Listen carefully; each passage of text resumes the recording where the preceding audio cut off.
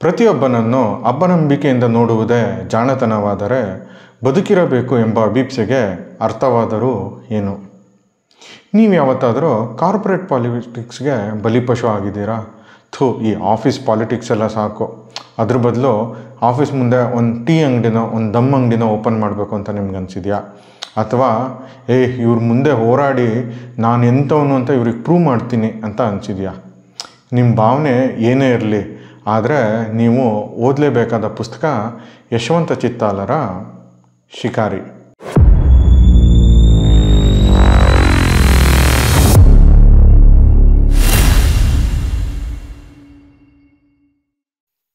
ನಮಸ್ಕಾರ, 64 ಚಾನಲ್ಗೆ ಸ್ವಾಗತ. ನಾನು ಚಂದನ್. ಆಗಸ್ಟ್ 3 ಯಶವಂತ ಚಿತ್ತಾಲರ ಹುಟ್ಟುಹಬ್ಬ. ಅವರ ಸವಿನೆನಪಿನಲ್ಲಿ ನಾವು ಓದಿದ ವಿಭಾಗದಲ್ಲಿ ನಾವು ಪರಿಚಯ ಮಾಡ್ಕೋತಾ ಇರೋ ಪುಸ್ತಕ ಶಿಕಾರಿ. ಲೇಖಕರು ಯಶವಂತ ಚಿತ್ತಾಲ, ಪ್ರಕಾಶಕರು ಸಾಹಿತ್ಯ ಭಂಡಾರ. ಪುಟಗಳು 248, ಬೆಲೆ 355 ರೂಪಾಯಿಗಳು. Genre fiction. 1979ರಲ್ಲಿ ಮುಂಬೈಯಲ್ಲಿ ನಡೆಯೋ ಘಟನೆಗಳು ಈಗಿನ ಬೆಂಗಳೂರನ್ನು ನೆನಪಿಸುತ್ತೆ.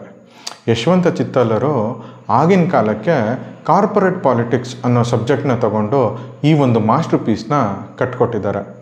ಈ ಟಾಪಿಕ್ ಇರೋ ಪುಸ್ತಕ ಕನ್ನಡದಲ್ಲೇ ಬಿಡಿ, ಇಂಗ್ಲೀಷಲ್ಲೇ ನಾವು ಓದಿಲ್ಲ. ಈ ಪುಸ್ತಕನ ನಾವು 2 ಸತಿ ಓದಿದ್ದೀವಿ. ಫಸ್ಟ್ ಟೈಮ್ ಓದಿದಾಗ ತುಂಬ ಕಾಂಪ್ಲಿಕೇಟೆಡ್ ಅನ್ನಿಸ್ತು, ಮತ್ತು ತೇಜಸ್ವಿ ಥರ ಯಾಕೆ ಸಿಂಪಲಾಗಿ ಬರೆದಿಲ್ಲ ಅಂತ ಕೂಡ ಅನ್ನಿಸ್ತು. ಬಟ್ ಕಾರ್ಪೊರೇಟ್ ಪಾಲಿಟಿಕ್ಸ್ ಅನ್ನೋ ಟಾಪಿಕ್ನ ಬರಿಬೇಕಂದ್ರೆ ಅಷ್ಟು ಕಾಂಪ್ಲಿಕೇಟೆಡಾಗಿ ಮಾಡಿದರೆ ಮಾತ್ರ ಅದ್ರ ಇಂಪ್ಯಾಕ್ಟು ನಮಗಾಗುತ್ತೆ ಅಂತ ನಮಗೆ 2ನೇ ಸತಿ ಓದಿದಾಗ ಅನ್ನಿಸ್ತು. ಆಗಲೇ ಹೇಳಿದಾಗೆ ಶಿಕಾರಿ ಅನ್ನೋದು ಒಂದು ಮಾಸ್ಟರ್ ಪೀಸು. ಫಸ್ಟ್ 10 ಪೇಜ್ ಓದಿ ಇದೇನಪ್ಪ ಇಷ್ಟು ಬೋರಿಂಗ್ ಆಗಿದೆ ಅಂತ ನಿಮ್ಗನ್ಸಿದ್ರೆ ನಿಮ್ಮ ತಿಳುವಳಿಕೆ ತಪ್ಪು.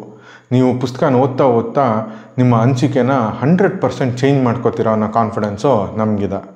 ಈ ಪುಸ್ತಕದ ನಾಯಕ ನಾಗಪ್ಪ ಉರುಫ್ ಪ್ರೊಫೆಸರ್ ನಾಗನಾಥ್ ಒಂದು ಕೆಮಿಕಲ್ ಕಂಪನಿಯಲ್ಲಿ ಒಂದು ಉನ್ನತ ಹುದ್ದೆಯಲ್ಲಿ ಇರ್ತಾನೆ. ಈ ಕಂಪ್ನಿ ಒಂದು MNC ಆಗಿರುತ್ತೆ.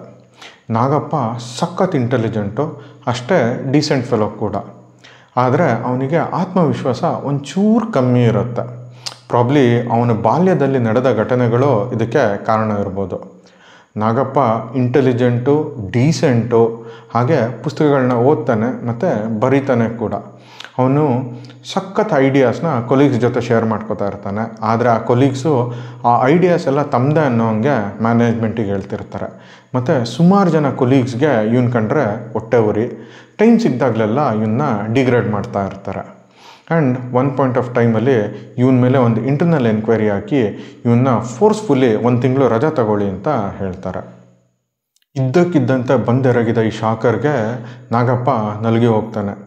ಟೈಮ್ ತಗೊಂಡು ಅವನು ಏನಾಯಿತು ಅಂತ ಅನಲೈಸ್ ಮಾಡಿದಾಗ ಅವನಿಗೆ ಗೊತ್ತಾಗುತ್ತೆ, ಇದು ಯಾರೋ ಒಂದು 3-4 ಜನ ಕೊಲೀಗ್ಸು ಸೇರಿ ನಡೆಸಿರೋ ಷಡ್ಯಂತ್ರ ಅಂತ ಅವನಿಗೆ ಗೊತ್ತಾಗುತ್ತೆ. ಆ ಷಡ್ಯಂತ್ರಕ್ಕೆ ತಾನೇ ಬಲಿಪಶು ಅನ್ನೋದು ಕೂಡ ಅವನಿಗೆ ಅರ್ಥ ಆಗುತ್ತೆ. ಅವನ್ನ ಬೇಟೆ ಆಡೋಕ್ಕೆ ಎಲ್ಲರೂ ಕಾಯ್ತಾ ಇದ್ದಾರೆ ಅಂತ ಕೂಡ ಅವನು ತಿಳ್ಕೊತಾನೆ.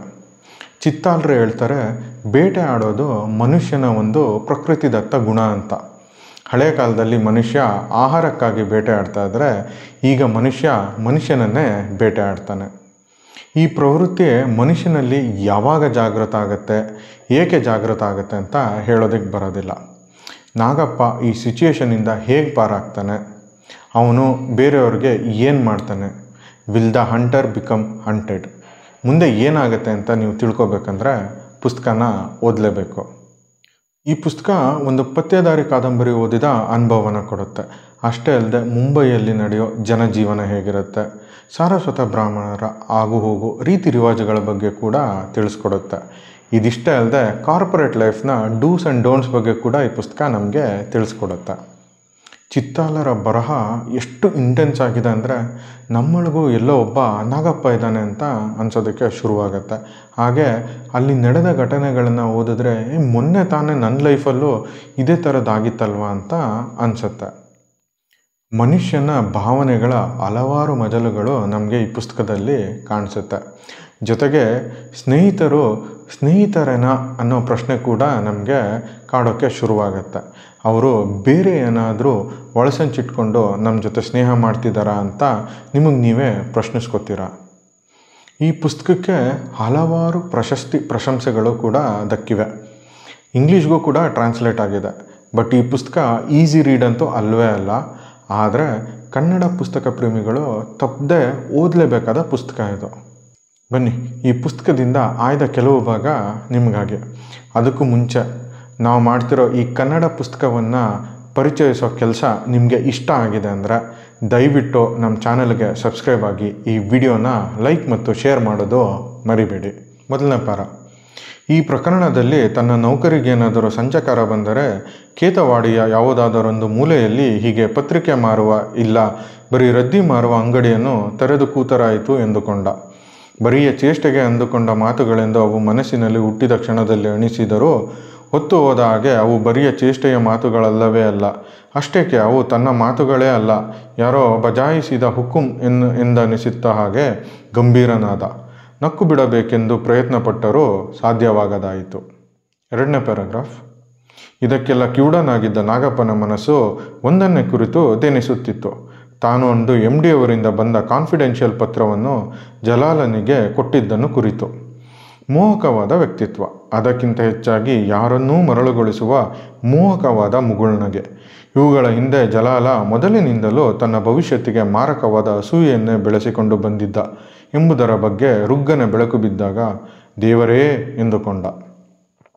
ಜಲಾಲನಂಥ ಸಹೋದ್ಯೋಗಿಯನ್ನು ಕೂಡ ನಂಬುವುದು ತಪ್ಪಿದರೆ ಬದುಕಿನಲ್ಲಿ ಯಾವುದನ್ನು ನಂಬಬೇಕು? ಪ್ರತಿಯೊಬ್ಬನನ್ನು ಅಪನಂಬಿಕೆಯಿಂದ ನೋಡುವುದೇ ಜಾಣತನವಾದರೆ ಬದುಕಿರಬೇಕು ಎನ್ನುವ ಅಭೀಪ್ಸೆಗೆ ಅರ್ಥವಾದರೂ ಏನು ಎಂದು ಅನ್ನಿಸಿತು. ಅಂತಃಸ್ಫೂರ್ತಿಯನ್ನು ಕಳೆದುಕೊಂಡ ಭಾವನೆಗಳ ಅರ್ಥವೇ ನಾಗಪ್ಪನಿಗೆ ಆಗುತ್ತಿರಲಿಲ್ಲ. ಬರೀ ಸ್ವಾರ್ಥವೇ ಮೂಲವಾದ ಭಾವನೆಗಳು ತಟ್ಟುತ್ತಿರಲಿಲ್ಲ. ತನ್ನ R&D ಕಲ್ಪನೆಗಳನ್ನು ಉಳಿದವರು ಕಳುವು ಮಾಡಿದ್ದಾರೆಂಬುದರ ಬಗ್ಗೆ ಸಿಕ್ಕ ಪುರಾವೆಗಳ ಬಗೆಗಿನ ಉದಾಸೀನತೆಗೆ ಇದು ಒಂದು ಕಾರಣ. ಆ ಕೃತ್ಯದ ಅರ್ಥಹೀನತೆ. ಸುತ್ತಲಿನ ಸದ್ದುಗದ್ದಲವನ್ನು ಕೇಳಿಯೂ ಕೇಳದವನ ಹಾಗೆ ಅಂತರ್ಮುಖಿಯಾದಾಗ ಹುಟ್ಟಿದ ಒಂದು ವಿಚಾರದಿಂದ ತಲ್ಲಣಗೊಂಡ ಫಿರೋಜ್ ತನ್ನ ಬಗ್ಗೆ ತೋರಿಸುತ್ತಾ ಬಂದ ದ್ವೇಷಕ್ಕೆ ಜಲಾಲ ಸ್ಫೂರ್ತಿಯಾಗಿರಬಹುದೇ? ಹಾಗಾದರೆ ಈ ಎಲ್ಲ ಹೊಸ ನಾಟಕಕ್ಕೆ? ನೀವು ಆಲ್ರೆಡಿ ಈ ಪುಸ್ತಕ ಓದಿದರೆ ನಿಮ್ಮ ಅನಿಸಿಕೆನ ಕಮೆಂಟ್ ಮೂಲಕ ತಿಳಿಸೋದು ಮರಿಬೇಡಿ. ವಿಡಿಯೋ ನೋಡಿದ್ದಕ್ಕಾಗಿ ಧನ್ಯವಾದಗಳು. ನಾನು ಚಂದನ್, ಸೈನಿಂಗ್ ಆಫ್.